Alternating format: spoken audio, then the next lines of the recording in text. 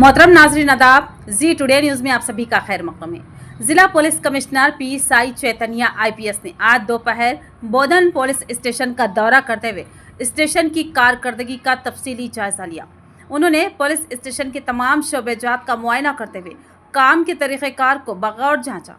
और उन्होंने reception centre और कंप्यूटर सेक्शन की कारकर्दगी के मुतालिक मालूमात हासिल की और मुतालिका अमले से बातचीत की।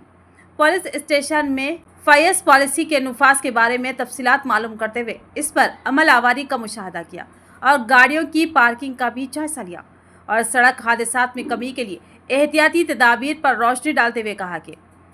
गाड़ी चलाने वाले अफराद लाजमी तौर पर हेलमेट का इस्तेमाल करें और गांजे की रोकथाम के लिए सख्त निगरानी करने की हिदायत दी। उन्होंने कहा कि नशे के आदी अफराद की काउंसलिंग की जाए और गांजे के मुकम्मल खात्मे के लिए मौसर इक़दाम किए जाए और साइबर धोखाधड़ी से आवाम को बचाने के लिए मुसलसल आगाही देने की हिदायत दी।